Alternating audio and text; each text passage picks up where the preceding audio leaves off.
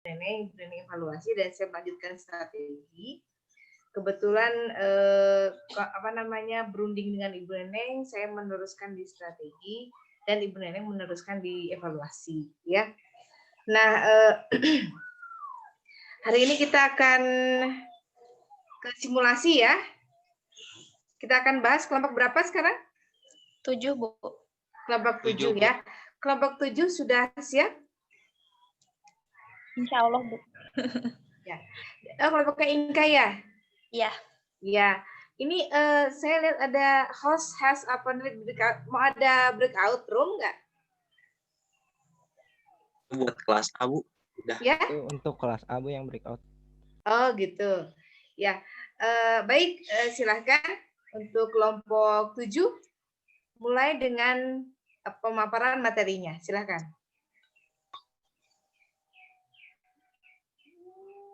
Inka, siapa lagi? Dengan Aisinta, Bu. Dengan Lintang juga Husnul Khotimah. Iya, Mangga. Boleh Lintang di share screen terlebih dahulu mungkin.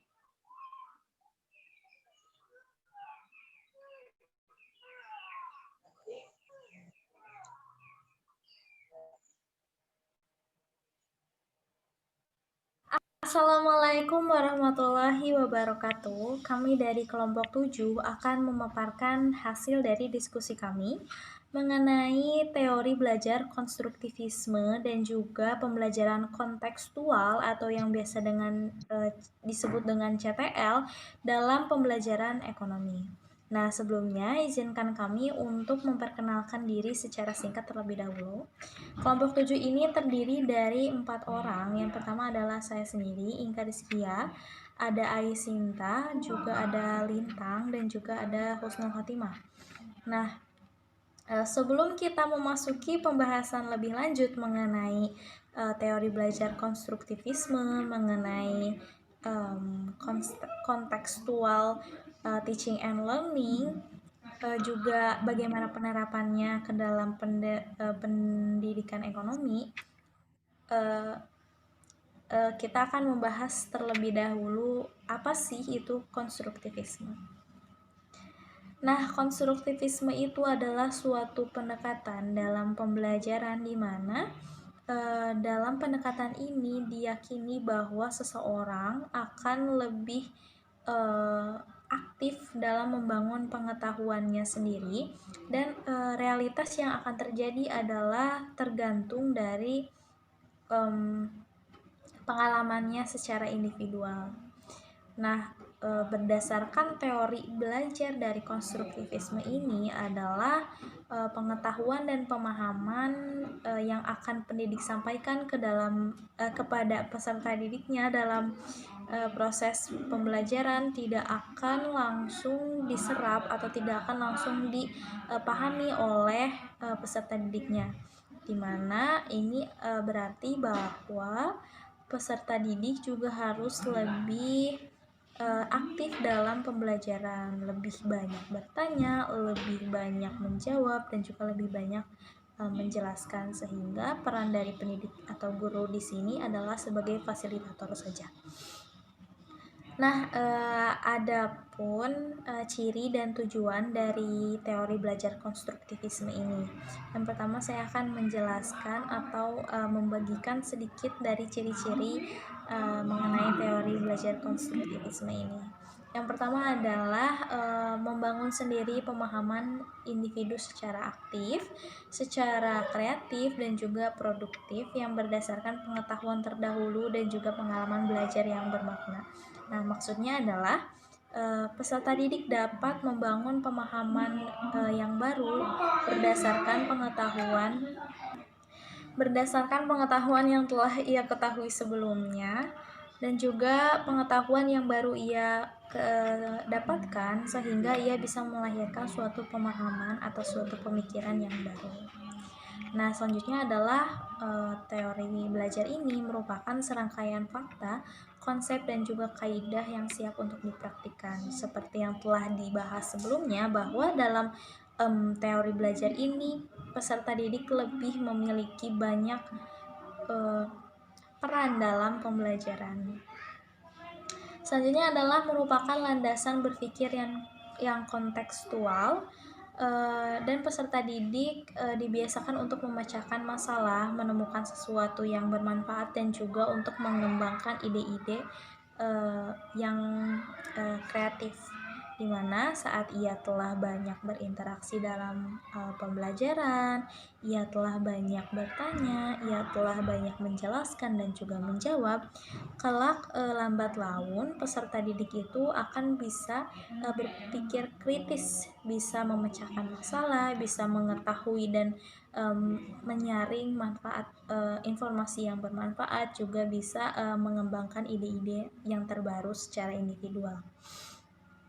Nah, selanjutnya yang terakhir adalah peserta didik memiliki kemampuan untuk membuat hipotesis, dan juga hasil dari pembelajaran dalam teori belajar ini adalah apa yang telah peserta didik itu peroleh.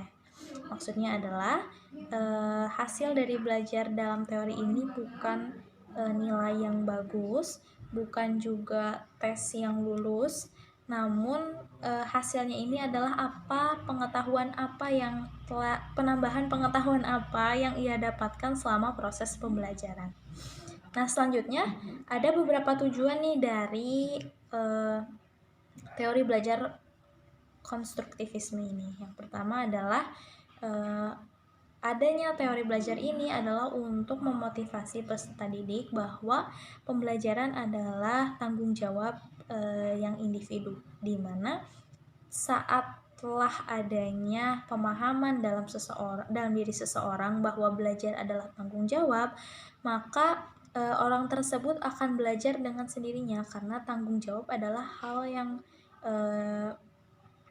yang bisa menjadi beban, hal yang harus dilakukan, dan jika tidak terlaksana maka akan merugikan diri kita sendiri. Nah, saat ada pemahaman bahwa belajar merupakan tanggung jawab, maka gak perlu lagi tuh orang tua untuk teriak-teriak anaknya disuruh belajar, ataupun gurunya koar-koar untuk menjelaskan juga memaparkan materi yang berlebih gitu ya, teman-teman. Nah, yang kedua adalah adanya dari teori ini untuk mengembangkan peserta didik untuk berpikir kritis. Nah, udah disinggung juga ya sebelumnya bahwa dengan banyaknya peran peserta didik dalam proses pembelajaran, maka akan mengasah pikiran-pikiran kritis dari peserta didik. Saat ada pernyataan, maka peserta didik akan selalu timbul pertanyaan untuk untuk mengetahui lebih dalam gitu tentang sesuatu yang tengah dibahas. Selanjutnya adalah membantu peserta didik untuk memahami suatu konsep secara lengkap, dan juga lebih menekankan proses pembelajaran dibandingkan hasil dari pembelajaran. Jadi sebagaimana hasil dari teori belajar ini adalah penambahan pengetahuan, maka proses pembelajaran dianggap lebih penting daripada hasil dari pembelajaran. Nah, selanjutnya ada nih prinsip-prinsip dalam teori pembelajaran konstruktivisme. Yang pertama adalah belajar merupakan sebuah proses yang aktif, di mana dalam pembelajaran ini lagi-lagi peserta didik dituntut untuk lebih aktif dalam kelas atau dalam proses pembelajaran, di mana ia dituntut untuk lebih memahami dengan mencari pengetahuan-pengetahuan yang baru tentang hal-hal yang sedang dibahas dalam pembelajaran, sehingga ia bisa membangun, mengkonstruksi pemahaman dari pengetahuan dari beberapa sumber pengetahuan yang telah ia dapatkan, sehingga ia akan lebih mengerti, dan juga setelah ia mengerti dalam teori ini akan dianggap jawaban yang benar gitu. Nah, selanjutnya adalah peserta didik juga dianggap telah menjadi peserta didik yang baik saat ia bisa menyelesaikan berbagai konflik yang kognitif. dapat melalui pengalaman, melalui refleksi, dan juga metakognisi. Maksudnya di sini adalah anak-anak juga dengan pengalaman yang ia ketahui atau peserta didik yang memiliki pengalaman yang banyak, maka ia akan lambat laun bisa memecahkan masalah-masalah baik itu bersifat kognitif maupun tidak. Nah, yang ketiga adalah bagi konstruktivitis, belajar adalah pencarian makna, pembelajaran secara aktif berusaha mengkonstruksikan makna. Jadi bukan hanya terpaku pada suatu pernyataan saja. Jadi konstruktivis ini mencari-cari makna yang menurut ia nantinya bisa melengkapi pengetahuan yang telah ia ketahui. Jadi ia juga bisa mengetahui lebih dalam dan juga lebih lengkap akan apa yang sedang ia pelajari.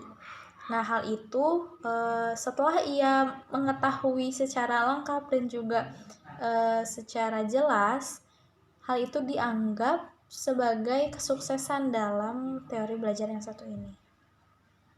Dan yang keempat adalah konstruksi pengetahuan bukan sesuatu yang bersifat individual, semata-mata belajar juga dikonstruksikan secara sosial. Nah, maksudnya di sini adalah pengalaman-pengalaman yang bisa menjadi salah satu sumber untuk membangun pemahaman yang baru tidak hanya bersumber dari dalam diri sendiri, meskipun nantinya akan dibangun oleh pemikiran secara mandiri. Namun pengalaman-pengalaman yang diinput dalam pemahaman nanti adalah bisa juga dari pengalaman orang lain, bisa juga dari interaksi dengan guru, bisa juga interaksi dengan murid lain, murid sebaya, ataupun dengan orang tua. Nah, mungkin cukup sekian yang bisa Inka sampaikan. Mohon maaf bila ada salah kata. Selanjutnya akan dijelaskan oleh rekan saya Lintang. Terima kasih. Assalamualaikum warahmatullahi wabarakatuh. Nama saya Lintang Ardeliza Hadiati dengan NIM 1902741 akan menjelaskan tentang prinsip-prinsip konstruktivisme. Yang kelima, elemen lain yang berakar pada fakta bahwa pembelajar secara individual dan kolektif mengkonstruksikan pengetahuan adalah bahwa agar efektif guru harus memiliki pengetahuan yang baik tentang perkembangan anak dan teori belajar, sehingga mereka dapat menilai secara lebih akurat belajar seperti apa yang dapat terjadi. Yang keenam, di samping itu, belajar selalu dikonseptualisasikan. Kita tidak mempelajari fakta-fakta secara murni abstrak, tetapi selalu dalam hubungannya dengan apa yang telah kita ketahui. Kita juga belajar dalam kaitannya dengan prakonsepsi kita. Ini berarti bahwa kita dapat belajar dengan paling baik bila pembelajaran baru itu berhubungan secara eksplisit dengan apa yang telah kita ketahui. Yang ketujuh, belajar secara betul-betul mendalam berarti mengkonstruksikan pengetahuan secara menyeluruh dengan mengeksplorasi dan menengok kembali materi yang kita pelajari, dan bukan dengan cepat pindah dari satu topik seperti pada pendekatan pengajaran langsung. Yang kedelapan, mengajar adalah sebagai pemberdayaan pembelajar dan memungkinkan pembelajar untuk menemukan dan melakukan refleksi terhadap pengalaman-pengalaman realistis. Ini akan menghasilkan pembelajaran otentik dan pemahaman yang lebih baik jika dibandingkan dalam memorisasi permukaan yang sering menjadi ciri pendekatan-pendekatan mengajar lainnya. Lalu, di sini ada kelebihan teori pembelajaran konstruktivisme. Berpikir. Dalam proses membina pengetahuan baru, peserta didik berpikir untuk menyelesaikan masalah, mencari ide, dan membuat keputusan. Yang kedua ada faham. Keterlibatan peserta didik secara langsung akan membuat peserta didik yang bersangkutan akan lebih memahami pelajarannya.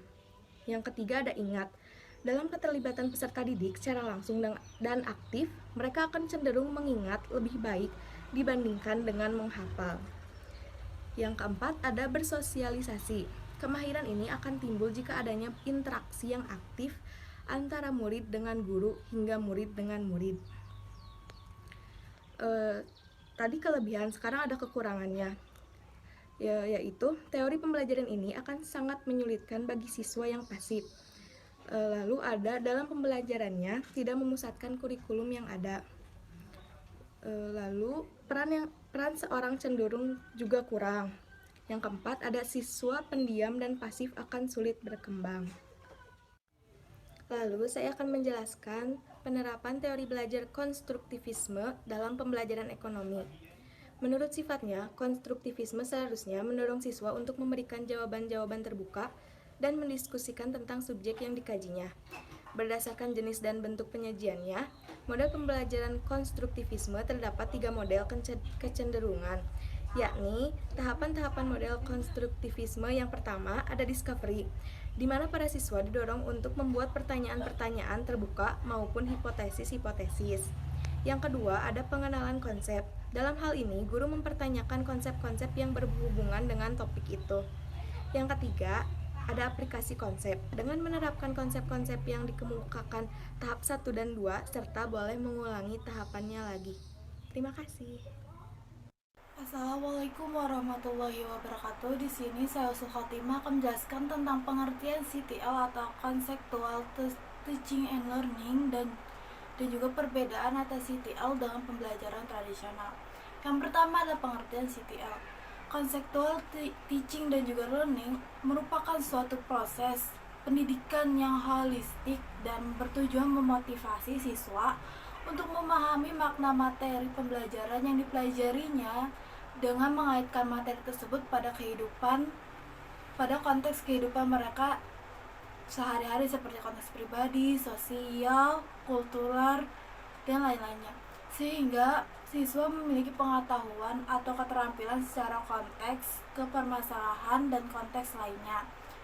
Yang kedua itu adalah tentang perbedaan antara CTL dengan pembelajaran tradisional. Pertama, pembelajaran CTL pemilihan informasi pembelajaran berdasarkan kebutuhan siswa, sedangkan tradisional pemilihan informasi ditentukan oleh guru. Yang kedua adalah siswa terlibat secara aktif dalam proses, sedangkan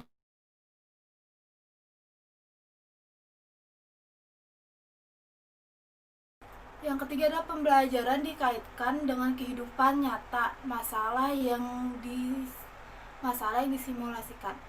Sedangkan dalam tradisional, pembelajaran sangat abstrak dan teoritis. Lalu dalam CTL juga selalu mengaitkan informasi dan pengetahuan yang dimiliki oleh siswa. Sedangkan dalam tradisional memberikan tumpukan informasi kepada siswa sampai saatnya diperlukan. Lalu pada CTL cenderung mengintegrasikan beberapa bidang seperti bidang sosial atau kontekstual atau budaya. Sedangkan pada tradisional cenderung terfokus pada satu bidang tertentu.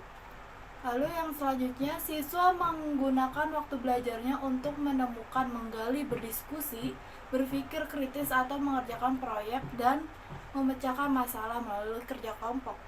Sedangkan dalam tradisional, waktu belajar siswa sebagian besar digunakan untuk mengerjakan buku, tugas, mendengarkan ceramah, mengisi latihan yang membosankan melalui kerja individu. Perilaku dibangun atas kesadaran sendiri. Di sini siswa harus melakukan perilaku kesadaran sendiri karena ini adalah CTL. Sedangkan di tradisional perilaku dibangun atas kebiasaan. Lalu selanjutnya, hadiah dari perilaku baik adalah kepuasan sendiri. Lalu pada tradisional, hadiah dari perilaku baik adalah pujian atau nilai rapor. Pada CTL, siswa tidak melakukan hal buruk karena sadar hal tersebut keliru dan merugikan. Sedangkan pada tradisional, siswa tidak melakukan satu hal yang buruk karena takut akan hukuman. Lalu pada CTL, perilaku baik berdasarkan motivasi intrinsik. Sedangkan pada tradisional, perilaku baik berdasarkan motivasi ekstrinsik. Lalu pada CTL juga pembelajaran terjadi di berbagai tempat, konteks dan setting tertentu. Sedangkan pada tradisional pembelajaran terjadi dalam kelas. Lalu pada CTL juga hasil belajar diukur melalui penerapan autentik. Sedangkan pada tradisional hasil pembelajaran diukur melalui kegiatan akademik atau bentuk tes ujian ulangan. Terima kasih. Nah, baik, pada pembahasan selanjutnya yaitu komponen model pembelajaran kontekstual. Dalam model pembelajaran kontekstual terdapat beberapa komponen. Yang pertama yaitu konstruktivisme. Pada komponen ini, peserta didik dihadapkan pada pengalaman yang konkret. Misalnya, pada mata pelajaran ekonomi, terdapat beberapa materi yang dapat kita jumpai dalam kehidupan sehari-hari. Salah satu contohnya tentang permintaan dan penawaran barang. Misal, ketika kita ingin membeli suatu barang yang cara mendapatkannya itu sangat sulit, maka kita harus mengeluarkan biaya yang tinggi. Hal itu dikarenakan permintaan terhadap barang tersebut lebih tinggi daripada ketersediaan barang tersebut. Sehingga barang yang kita inginkan dijual dengan harga yang tinggi. Lanjut pada komponen yang kedua, yaitu inquiry. Inquiry merupakan proses atau siklus membangun pengetahuan melalui kegiatan observasi, tanya jawab, hipotesis, pengumpulan data, analisis data, dan yang terakhir yaitu menyimpulkan.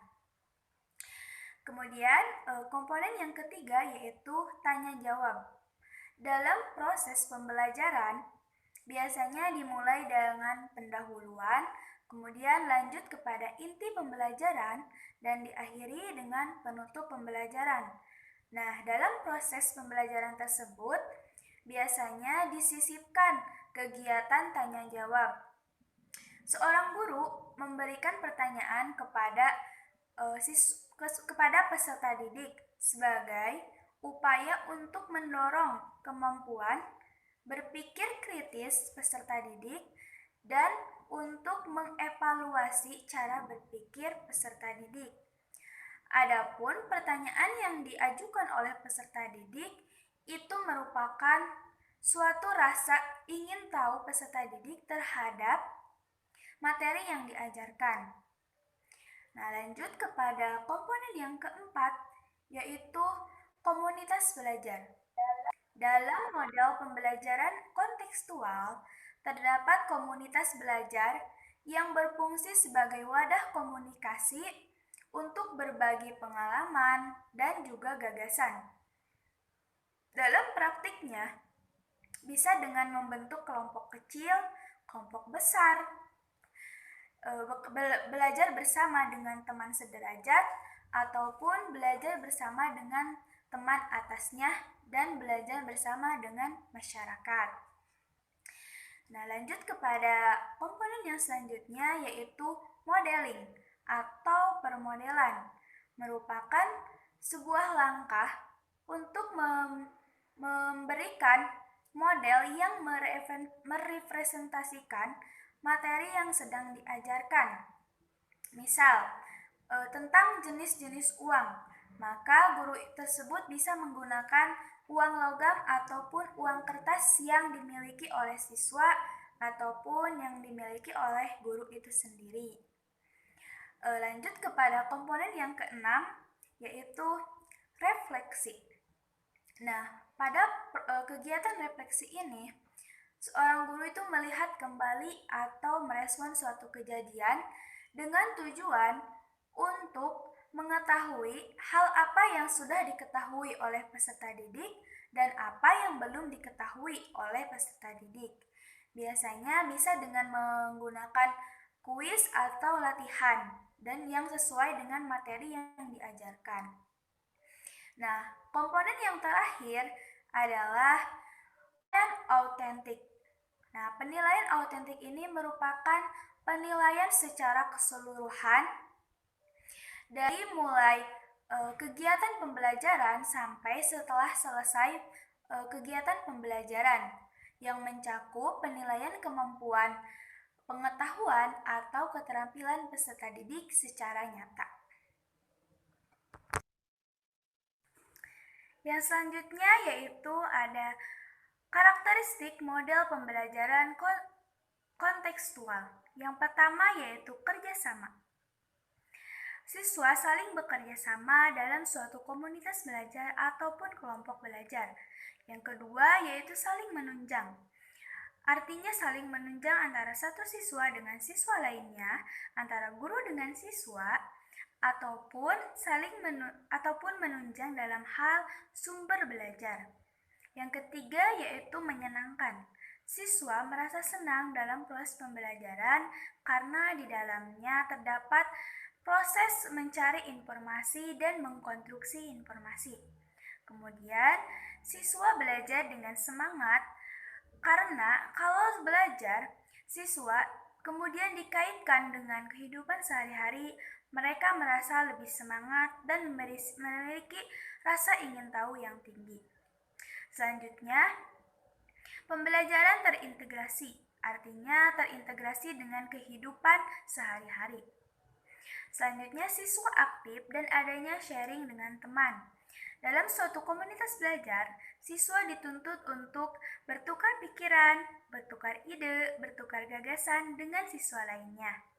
Kemudian, siswa kritis dan guru juga harus kreatif.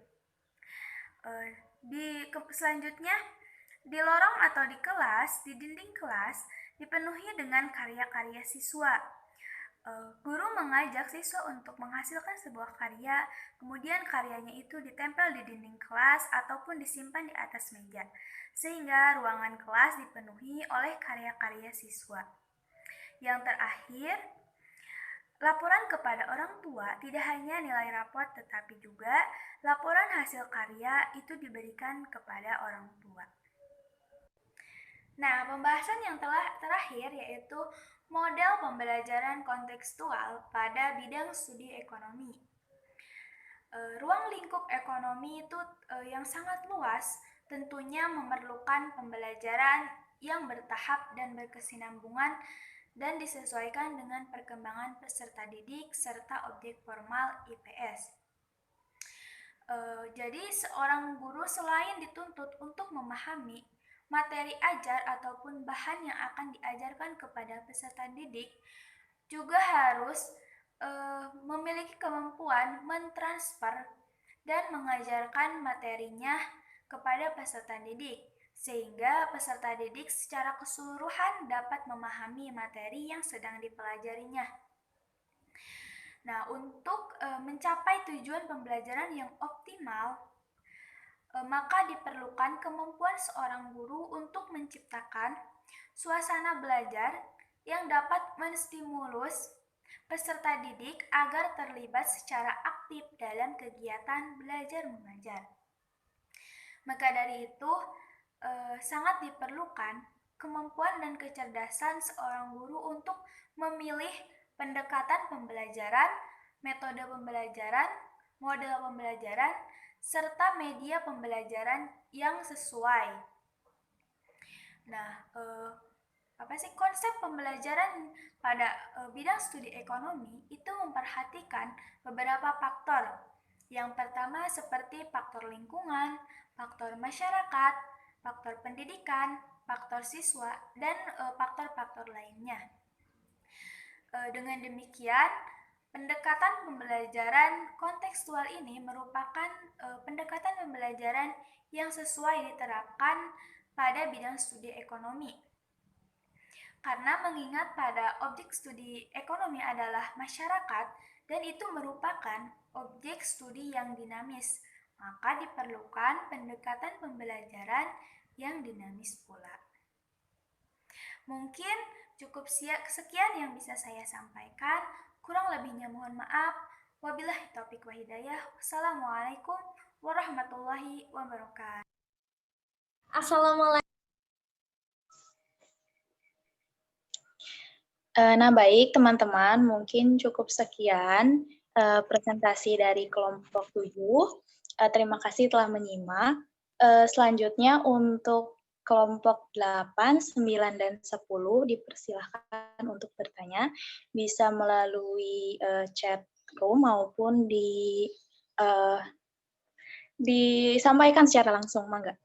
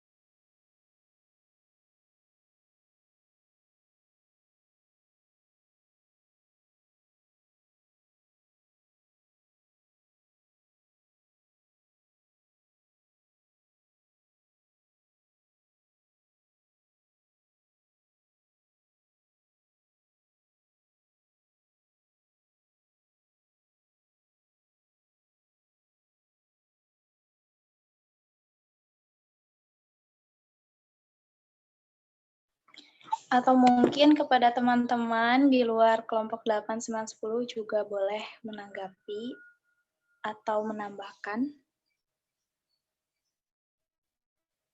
mengenai teori belajar konstruktivisme dan juga pembelajaran kontekstual.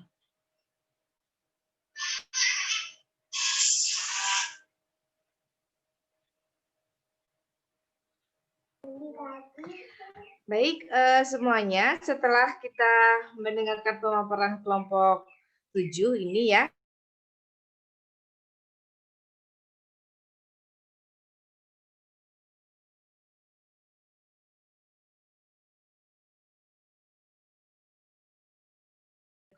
kekurangannya, serta bagaimana penerapan teori pembelajaran konstruktivis dan juga pembelajaran CPL. Silakan sebelum saya mengajukan pertanyaan, mangga kelompok yang selanjutnya untuk mengajukan pertanyaannya ya untuk lebih memperdalam. Mangga, kelompok berapa berarti? Kelompok 8, 9. Ya, mangga silakan. Mangga silakan. Kelompok 8 berarti ya? Kelompok 8 teh siapa? Enggak, ada mama. Saya, Bu. Sebentar ya, Bu.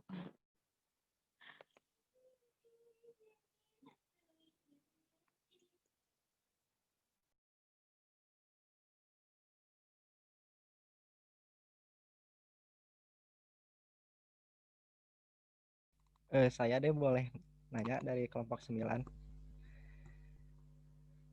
Boleh, Mangga? Bismillahirrahmanirrahim. Jadi kan tadi udah dijelaskan tentang kontekstual teaching and learning atau CTL itu ya. Kan kurang lebih jadi si pembahasannya itu, jadi si CTL-nya itu kan belajar yang mengajar gitu, mengajar kepada siswanya dengan mengaitkan antara materi pembelajaran dengan dunia nyata siswa gitu ya. Tapi kayak misalkan ya biologi dikaitkan sama tanaman atau apa gitu. Tapi misalkan kalau di sebuah sekolahnya itu ya terpencil banget gitu. Jadi susah banget buat ngait-ngaitin materi dengan sesuatu yang sekiranya siswa bisa temukan gitu di dunia nyata gitu. Gimana ya strategi si guru tersebut gitu. Kalau misalkan dia tuh ngajar di sekolah terpencil banget gitu, yang istilahnya mah sekitarnya teh hutan aja gitu, sulit banget kita buat nyontohin apa yang ada di dunia nyata sesuai materi pembelajarannya gitu. Itu aja, terima kasih. Jadi bagaimana strategi dari seorang guru dalam penerapan CTL saat mengajar di sekolah yang terpencil gitu ya, Farik ya? Ya, kurang lebih seperti itu, betul. Baik, kami tampung dulu bagaimana kelompok 8 dan kelompok 10, Mangga.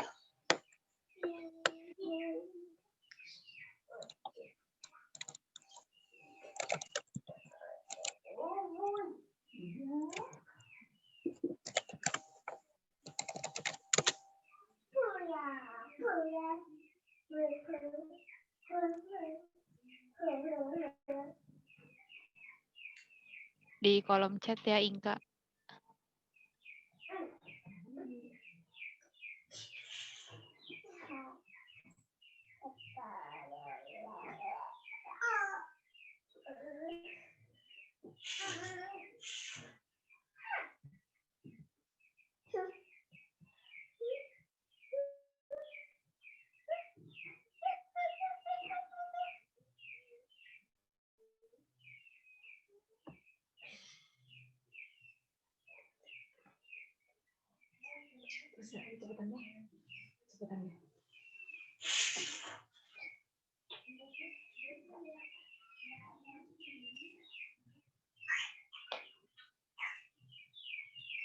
Ini dari begitu tuh. Saya enggak.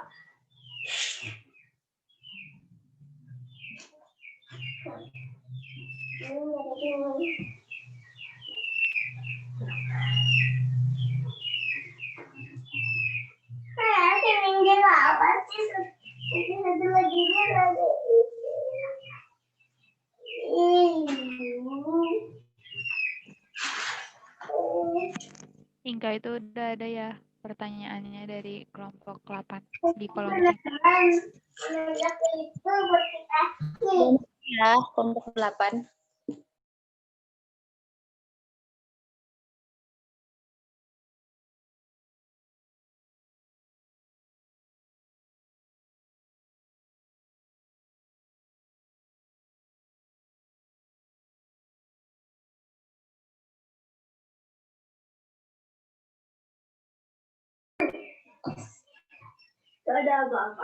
Nih ada kelompok 8. Izin bertanya, di era pandemi saat ini di mana pembelajaran pun dilakukan secara daring. Apakah efektif dan materi tersampaikan dengan baik apabila kita menggunakan metode CTL dalam penyampaian materi yang disampaikan? Ya. Nah, CTL itu kan kontekstual.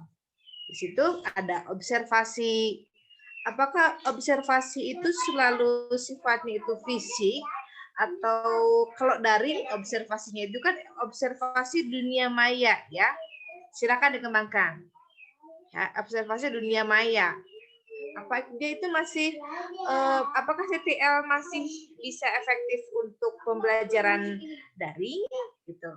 Ya. Oke, bagus, pertanyaan yang bagus. Sekarang next kelompok 9. Sudah Bu tadi dari saya Bu. Kelompok 9 itu siapa? Dari saya tadi sudah Bu. Oh 9 Farik ya. Satu lagi kelompok 10. Berarti ini baik itu Farik maupun kelompok 8 itu sama-sama bagaimana penerapan CTL ya. Ya kalau Farik itu CTL diterapkan di daerah terpencil di mana ada keterbatasan contoh ya. Kalau kelompok 8 ini justru keterbatasan karena kita tidak bisa ke lapangan. Sama keterbatasannya juga. Apakah masih bisa tersampaikan dengan baik? Kalau bisa, bagaimana? Kalau tidak, apa solusinya? Karena pembelajaran CTL itu merupakan pembelajaran yang memberikan pengalaman langsung. Otomatis pembelajaran yang memberikan pengalaman langsung itu lebih bermakna daripada pembelajaran yang hanya kata-kata saja. Gitu ya. Silakan. Satu kelompok lagi ya. Satu kelompok lagi? Iya, Bu. Oke.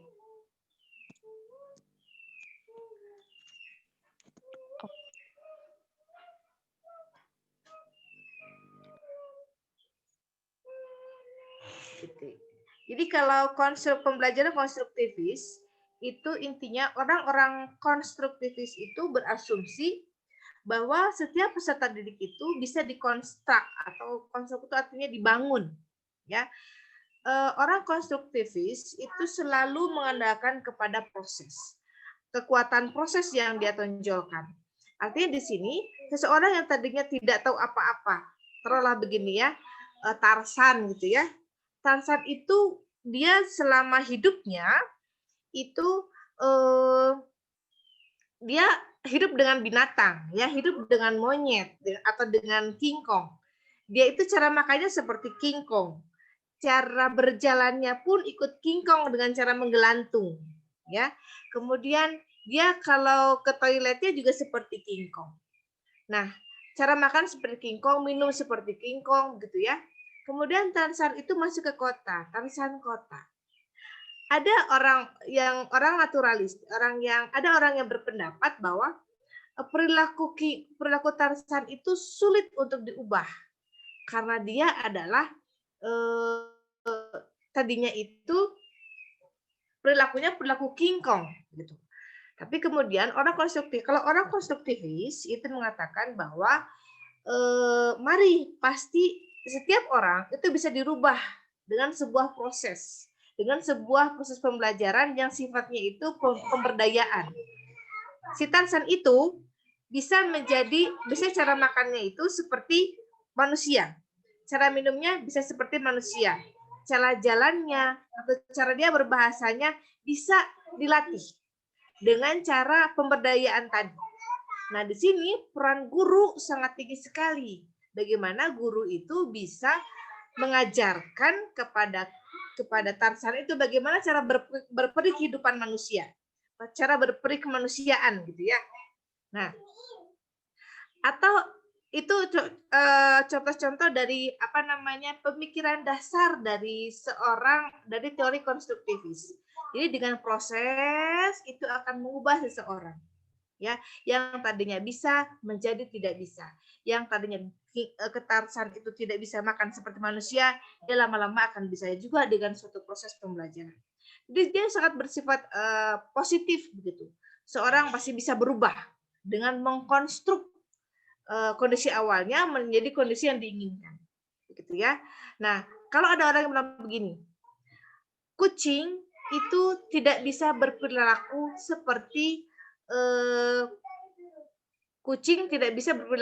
manusia.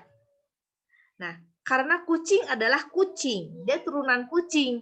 Tetap saja kalau dia turunan kucing, maka dia akan seperti kucing. Kalau orang yang naturalistik ya. Tapi kalau orang konstruktivis itu mengatakan bahwa Anda mau menjadikan kucing itu apa? Saya mau menjadikan kucing itu seperti manusia, berpakaian manusia dengan tabiat manusia, itu bisa, kata orang konstruktivis. Dengan apa? Dengan proses pemberdayaan tadi, dengan proses pembelajaran.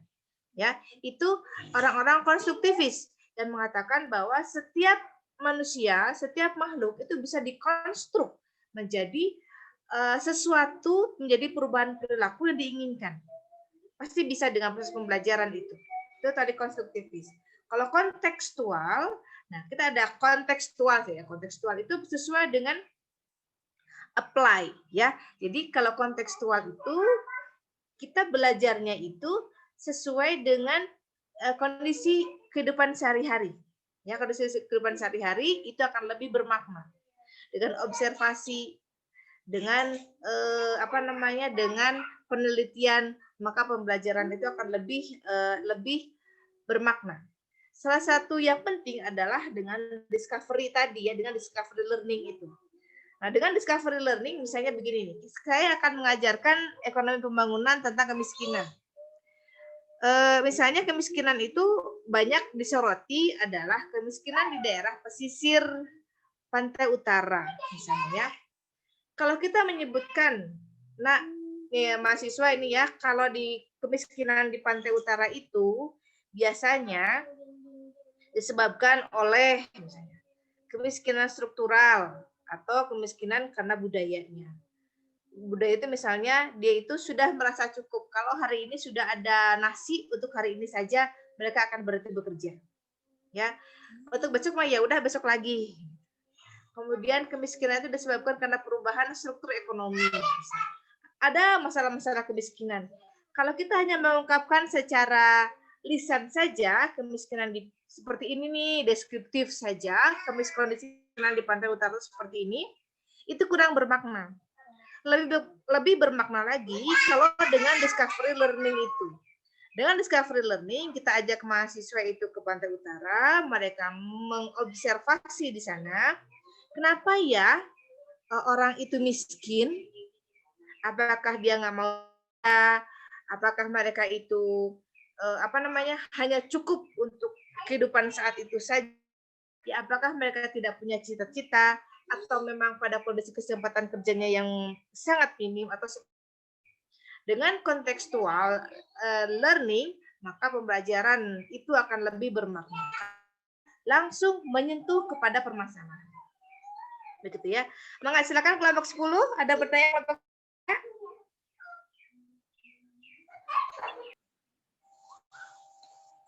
Iya, Ibu, terima kasih atas penjelasannya lebih lanjut. Jadi memang dalam teori konstruktivisme ini kayak simpelnya itu karena biasa gitu ya. Jadi bisa dilatih, bisanya itu karena dilatih, karena dibiasakan. Nah, sekarang Ika mau coba jawab pertanyaan dari kelompok 9. Gimana sih cara penerapan dari pembelajaran kontekstual dalam sekolah-sekolah yang terbilang terpencil gitu ya?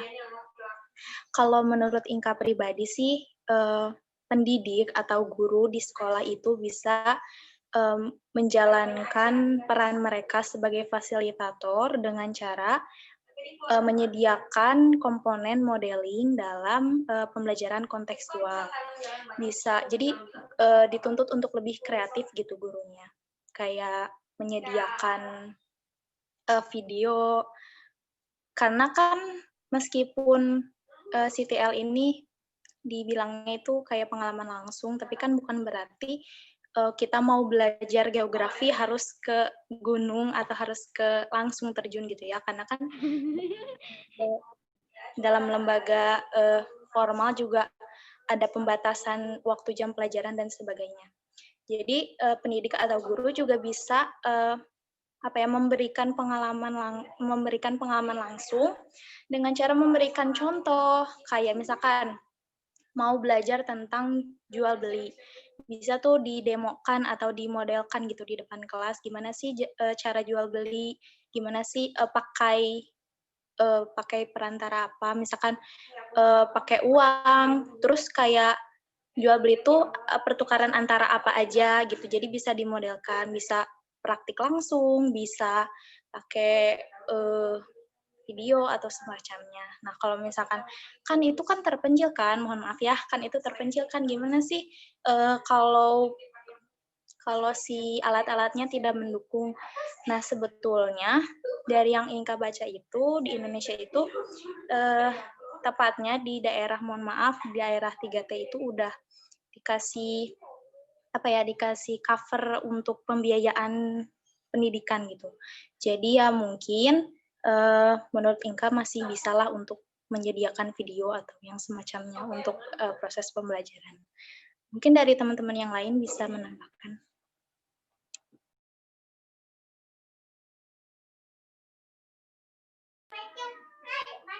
Silahkan yang lain ya. Kalau misalnya nih Anda semua nih ada yang ditempatkan di daerah terpencil dan Anda itu ingin bagaimana pemahamannya itu lebih kontekstual peserta didiknya itu ya.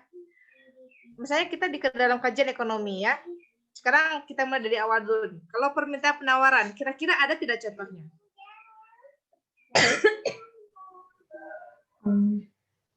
Sinta, Mangga mau? Iya, Bu.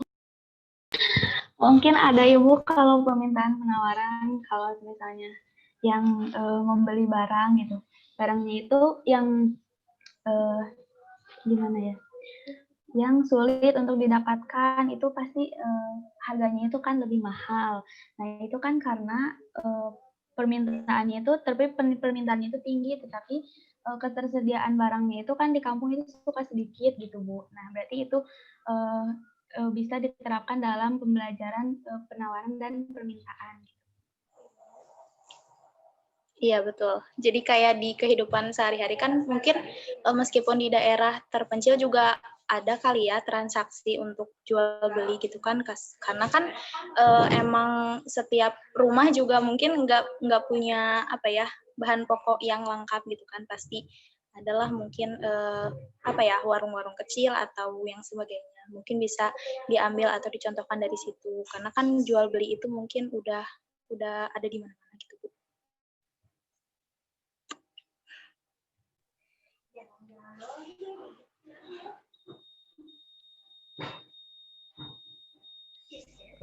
Boleh menambahkan?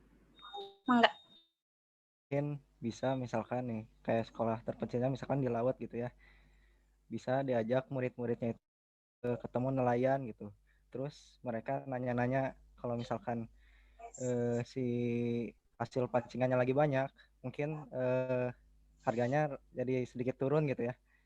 Terus ya maksudnya kan lagi gak musim panen ikan gitu, mungkin harganya agak sedikit naik gitu ya, karena banyak yang minta tapi stoknya cuma sedikit gitu.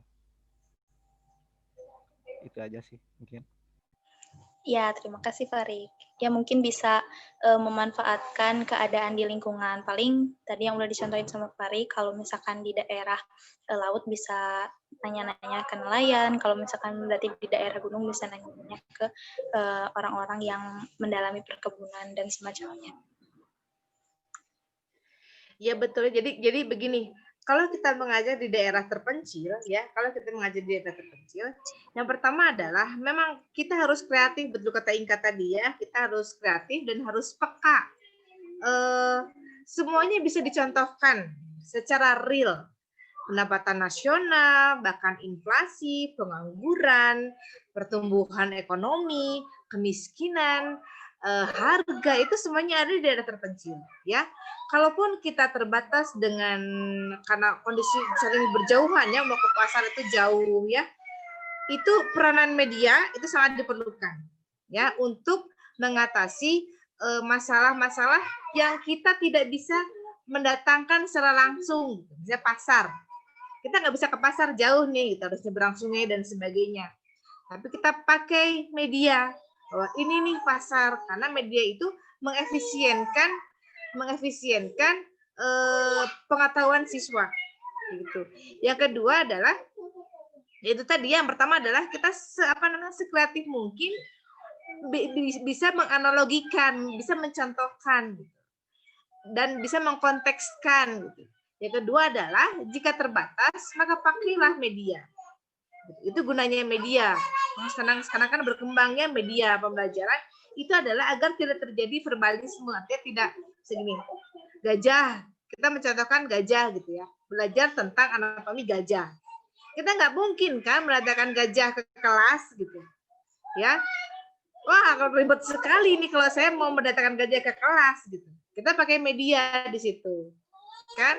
Nah, kita nggak bisa mendatangkan bank ke kelas. Selain berkunjung, kalau ada waktu, kita pakai media. Gitu. Jadi kalau misalnya yang bisa secara real secara real digunakan, silakan. Kalau tidak, silakan pakai media. Begitu ya. Oke, mangga silakan. Ada tambahan lagi? Dena, kamu kemana aja, Dena?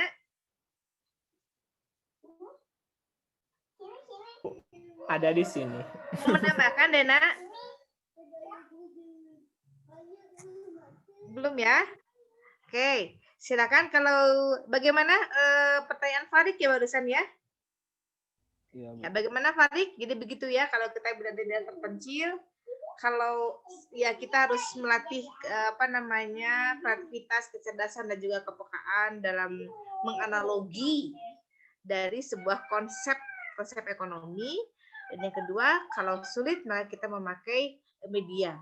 Media pembelajaran itu bisa menampilkan proses, bisa menampilkan hal-hal yang besar menjadi kecil dan bisa menyederhanakan yang rumit menjadi lebih yang mudah. Gitu. Ya, mangga. Ya, ada lagi silakan.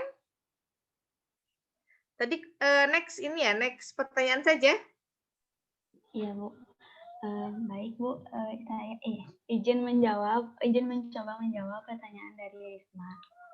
Jadi menurut saya gitu, pembelajaran kontekstual itu kembali lagi kepada kepada gurunya sendiri, kepada kreativitas dari guru itu sendiri. Jadi pembelajaran kontekstual itu di masa pandemi ini juga bisa diterapkan. Karena kan tujuan dari pembelajaran kontekstual itu agar dunia pendidikan itu tidak lepas dari kenyataan yang ada gitu. Selain itu juga memberikan agar dunia pendidikan itu bisa memberikan solusi terhadap keadaan bangsa Indonesia ini yang sedang mengalami goncangan hebat akibat pandemi. Nah, banyak juga gitu guru-guru di sekolah di SD gitu. Kalau isu pandemi itu dijadikan objek atau kajian pembelajaran yang bisa direnungkan gitu manfaatnya. Misalnya ketika guru itu mengajar tentang materi yang bertema lingkungan, nah bisa memberikan poin-poin kepada siswanya itu tentang bagaimana cara menjaga kebersihan lingkungan, kebersihan diri sendiri, dan apa gitu kaitannya dengan lingkungan dan kesehatan manusia. Nah, jadi kan pandemi COVID-19 ini sangat berkaitan erat dengan kesehatan juga, agama, ekonomi, bahasa, politik, ekonomi, budaya, dan lain-lainnya. Nah, menurut beberapa dari yang saya baca gitu, ada guru yang menerapkan itu. Nah, ternyata pembelajaran yang kontekstual seperti ini tuh memberi banyak hal positif. Jadi selain peserta didik itu bisa lebih menjaga diri, mereka juga relatif lebih cepat paham dengan materi yang diberikan. Sebab selama ini mereka juga terus-menerus gitu mendengar informasi tentang pandemi di rumahnya itu baik dari berita, televisi, dan lainnya. Mungkin itu yang bisa saya sampaikan. Silakan. Baik, terima kasih Ai. Jadi justru malah ini ya, jadi justru malah bagus juga gitu karena emang sering dengar berita tentang pandemi nanti malah jadi cepet masuk ke otak gitu ya Ai. Iya, jadi lebih mudah gitu kan, mereka juga emang keadaan yang sekarang itu yang lebih banyak diperbincangkan tentang pandemi. Nah, bisa dikaitkan setiap pembelajaran itu dengan pandemi, dengan mengambil isu itu dikaitkan gitu. Oke, terima kasih Ai. Mungkin dari teman-teman yang lain bisa menambahkan.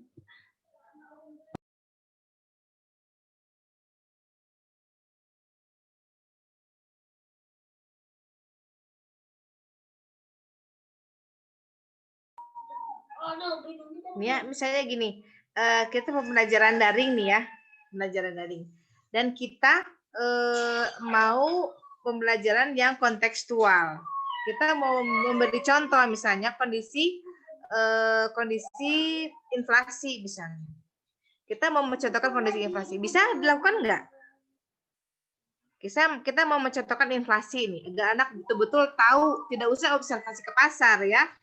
Jadi observasi itu bisa observasi fisik, dia tuh ke pasar langsung melihat fenomena inflasi, atau juga dengan media kan. Ketika pembelajaran daring ini, peranan media itu sangat penting sekali. Ya, oleh karena itu kenapa anak-anak kelas saya itu mereka dilatih untuk membuat media. Kenapa? Karena pada waktu yang akan datang Anda semua akan erat kaitannya dengan pembelajaran yang daring ini. Maka Anda harus betul-betul dari sekarang belajar tentang media. Nah, ketika kondisi pandemi seperti ini, kita menggunakan media untuk menggantikan hal yang bersifat fisik. Begitu ya. Nah, itu jadi pembelajaran kita bisa tersampaikan tidak? Bisa. Kita bisa ya. Nah, begitu.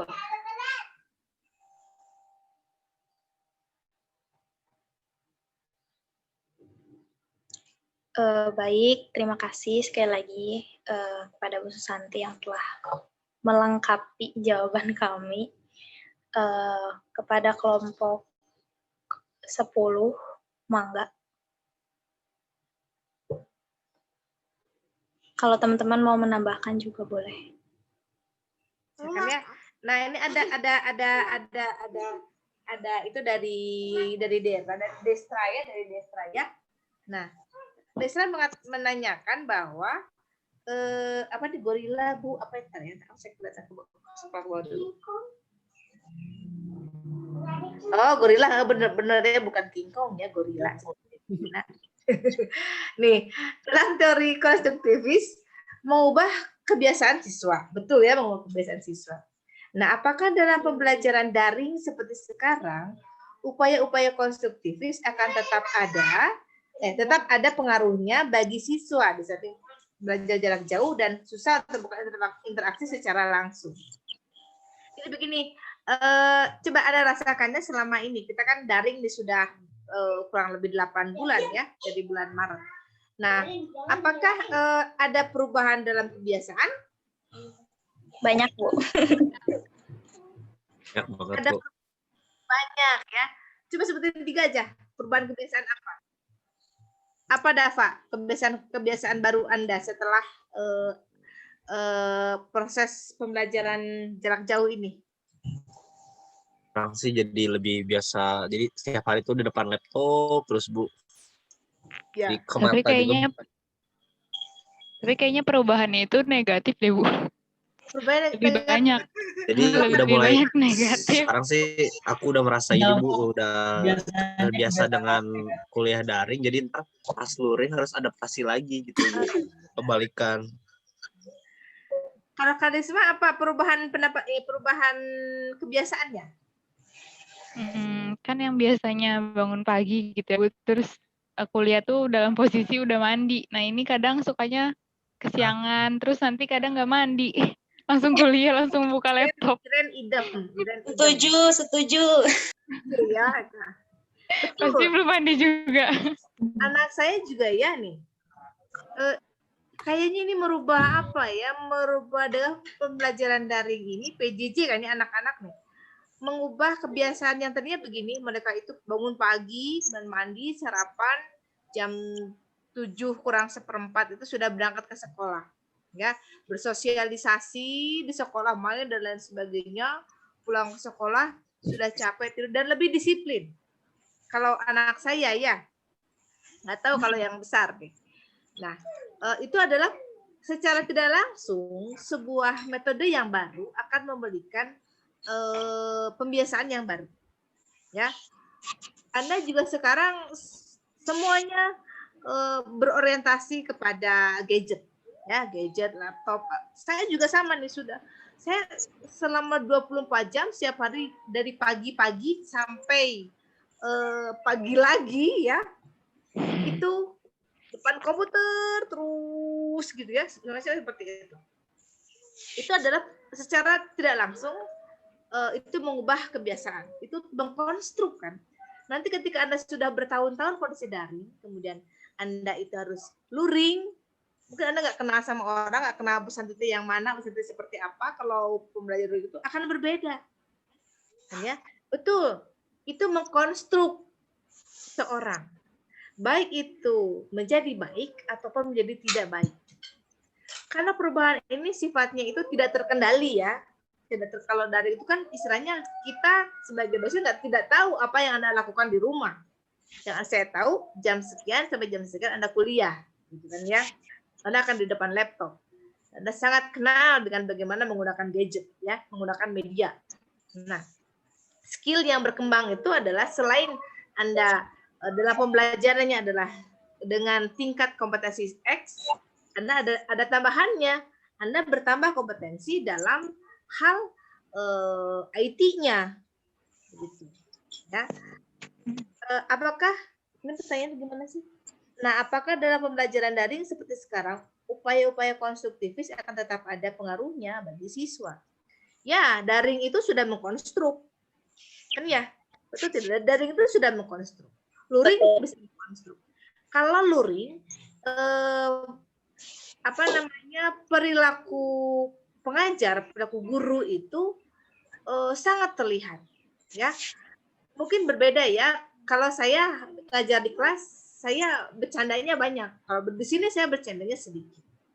Dan juga kan kalau yang penting itu bukan hanya pengajaran, tapi juga pendidikan karakter, ya. Pendidikan karakter itulah yang kurang tersampaikan melalui pembelajaran daring ini. Karakter yang tidak disiplin. Kan kalau kita luring nih, Pak Dadang misalnya, Pak Dadang masuk kuliah jam 7. Kalau 7.15 udah nggak bisa masuk. Kenapa Pak Dadang begitu? Karena kita menyesuaikan kondisi di sekolah. Anda tidak boleh telat. Kan ya? Gitu. Maka dididiklah di UP itu seperti itu. Itu adalah transfer dari karakter. Kemudian Anda tidak boleh, kemudian begini, mengkonstruk lagi. Ketika pembelajaran daring, kita bikin evaluasinya juga berbeda. Kalau pembelajaran itu luring, kita bisa tes objektif. Anak-anak tidak close book semuanya, ya.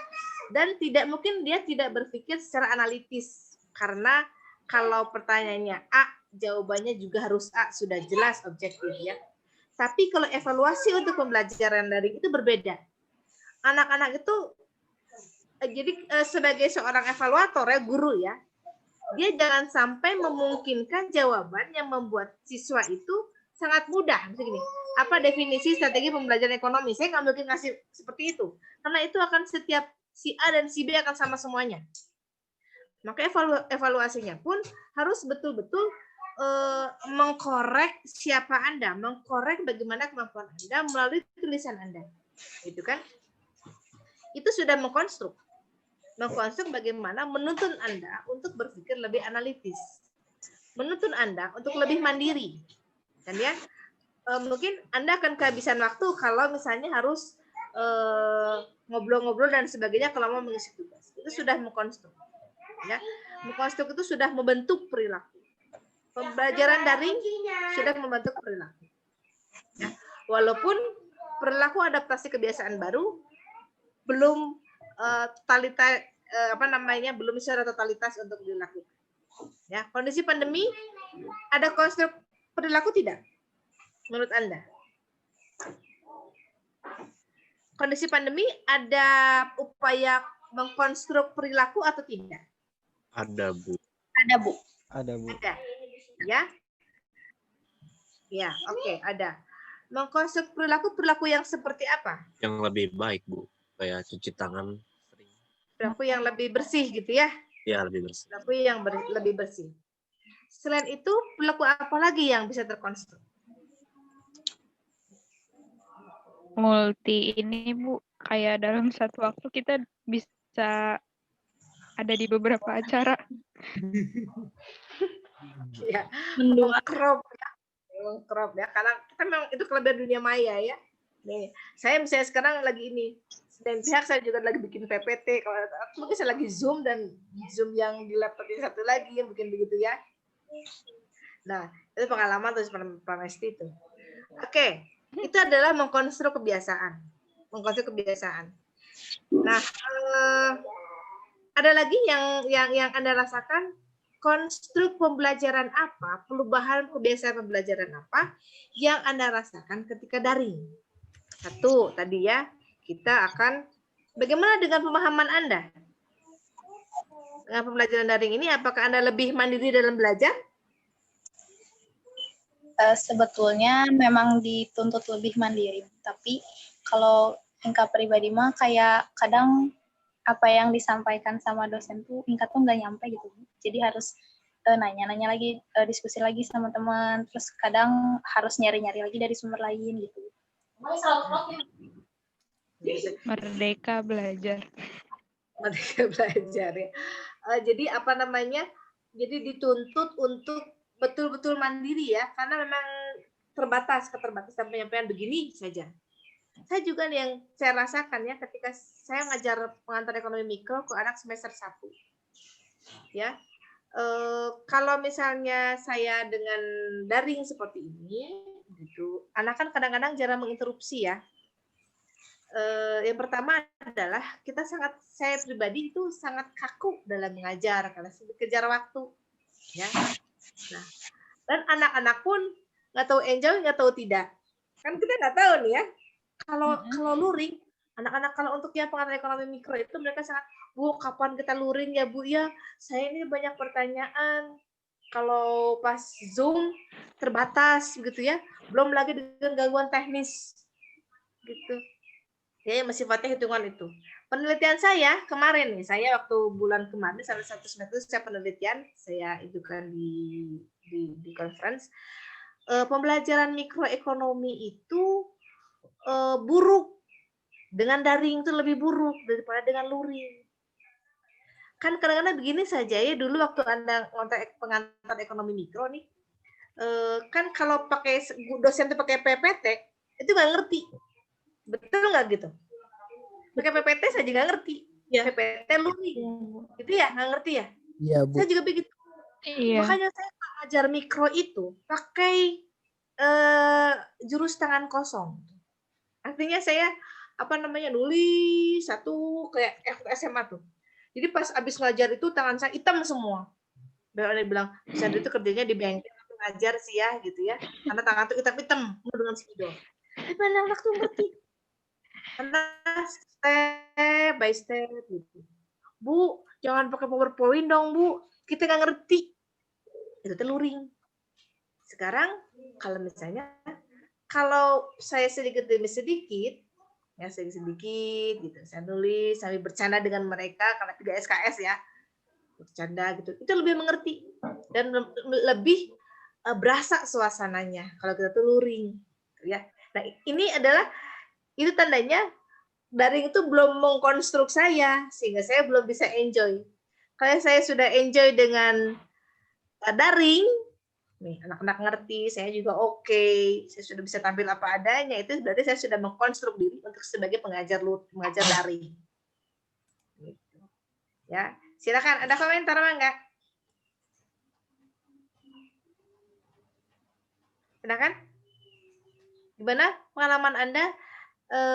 Gini, Anda lebih suka belajar daring, pemahaman Anda lebih baik di daring atau di luring? Di luring. Luring. Luring, ya. Luring, Bu. Apa kelebihan luring menurut Anda? Interaksi langsung. Kalau interaksi langsung, apa yang Anda peroleh? Lebih fokus, Bu, biasanya. Lebih fokus. Berarti Ada selama atmosfer belajar. kenapa? Ada atmosfer belajar kalau bareng-bareng tuh. Oke, lebih semangat ya bareng-bareng ya. Kalau dari banyak gangguan ya. Betul. Iya, Bu. Betul banget, Bu. Berkaitan dengan kita sebagai makhluk sosial ya. Kalau bareng-bareng tuh lebih seneng ya. Lebih bisa bercandanya, lebih bisa lancar gitu ya. Seperti ini daring belum bisa mengkonstruk, Anda belum bisa menikmati daring. Apalagi lebih ada kultur. Ansos pun kayaknya ini sudah mulai masuk-masuk bosan, Bu. Yang ansos pun bukan cuma yang ya sudah bosan ya. Iya. Jadi kalau daring itu memang begitu ya, dosen juga kan kalau dulu itu dosen itu sifatnya entertainer, sedikit entertainer ya, ada bercandanya, ada apa. Kalau luring, kalau daring makan enggak ya, jadi kaku, bosan itu. Dan kita hanya menatap layar komputer saja sepanjang hari gitu kan ya. Itu apakah ya itu berarti konstruknya seperti itu. Itu adalah cara mengkonstruk. Ya, pemahaman Anda lebih bagus kalau menggunakan luring ya.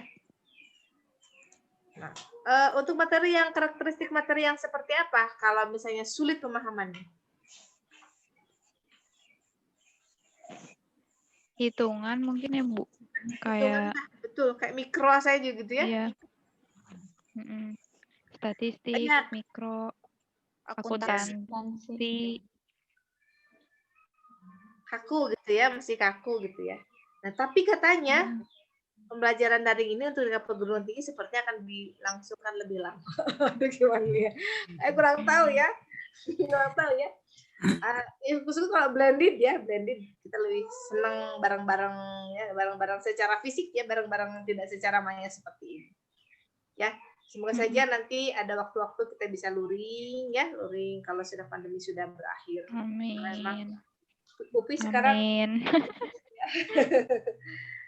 saya juga sidang kan kalau daring kurang berasa gitu ya, gimana gitu. Kalau luring kan lebih karakternya, emosinya itu lebih tergali, lebih berwarna begitu ya. Begitulah plus minus dari pembelajaran daring. Inilah yang terbaik yang kita bisa lakukan pada kondisi pandemi yang seperti ini. Nah, silakan ada pertanyaan lagi? Inka, Bu. Dari tadi kan kita kan udah membahas nih apa sih pembiasaan-pembiasaan yang sudah terkonstruk dalam pembelajaran daring. Tapi kan dari tadi banyaknya itu kan mengarah ke negatif. Nah, menurut teman-teman semua atau menurut Ibu ada nggak sih pembiasaan baru secara daring gitu yang positif gitu buat kita sebagai mahasiswa yang sehari-harinya cuma duduk depan laptop?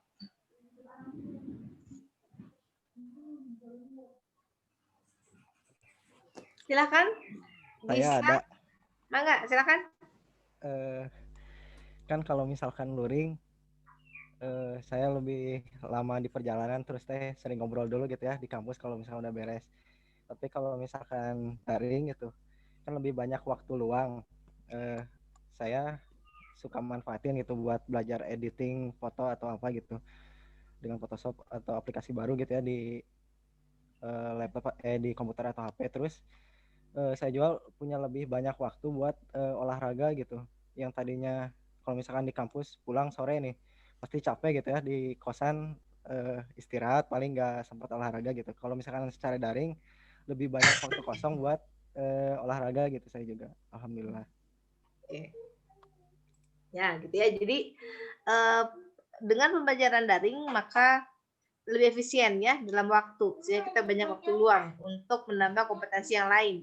Bisa dari kompetensi di IT, di skill IT, dan juga skill binaraga ya.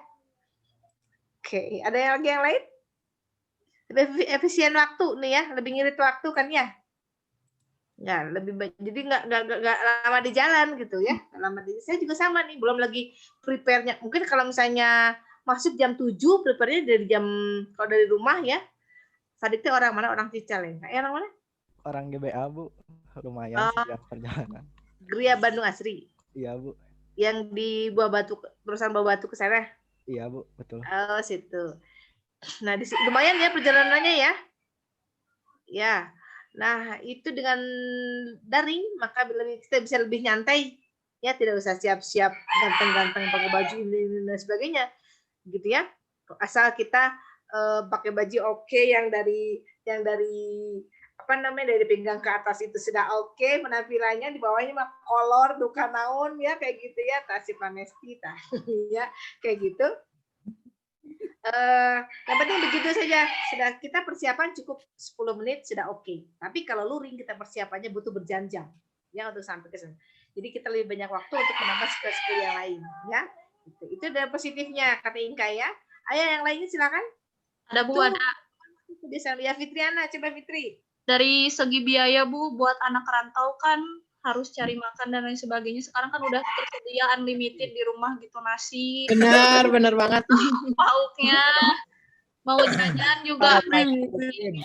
Kosan. Sekarang puasa 24 jam ya. 24 jam tersedia warteg di rumah.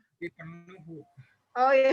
Lebih sehat gitu Bu, lebih keperhatiin gitu, lebih kayak pagi makan udah disiapin, siang kayak ayo teh makan gitu, yang kayak gitu-gitunya. Ayo teh, enggak. Ya, jadi efisiensi biaya ya, jalanan, dan kita pola hidupnya pola hidup rumah kan ya, pola hidup rumah. Apa namanya, efisiensi biaya, nggak harus ada biaya kos, apalagi dengan adanya bantuan-bantuan kuota yang unlimited itu ya. Efisiensi waktu, efisiensi biaya ya. Oke, ada lagi yang lain? Ada skill yang lainnya kita lebih teratur. Dia kayak Fitriana sekarang agak cabi deh. Fitri agak cabi. Alhamdulillah Bu, akhirnya ada yang bilang cabi Bu. Nggak harus ada biaya kos ya. Ya. Itu adalah makan juga. Oke, ya. Ada lagi yang lainnya? Nah, itu ada konstruksi, mengkonstruk ya. Kita dengan kondisi yang tidak sadar terjadi, maka akan terjadi perubahan kebiasaan ya, perubahan kebiasaan. Silakan, ada lagi yang lain? Perubahan kebiasaan apa yang Anda rasakan, konstruksi kebiasaan ketika ada pandemi ini, gitu ya?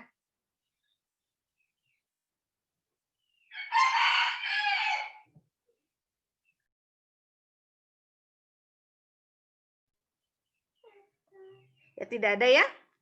Oke. Ada lagi, silakan disimpulkan Inka dari materi hari ini. Iya, baik.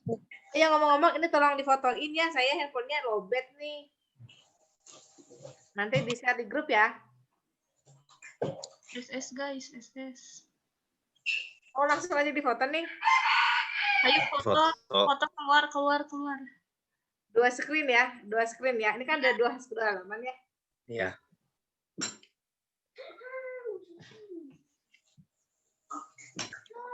Sebenarnya saya ini kangen sekali nih sama kelas ini nih, kan dulu bahasa Inggris sama saya kan ya heboh banget kelas ini nih. Sama Bu, kangen.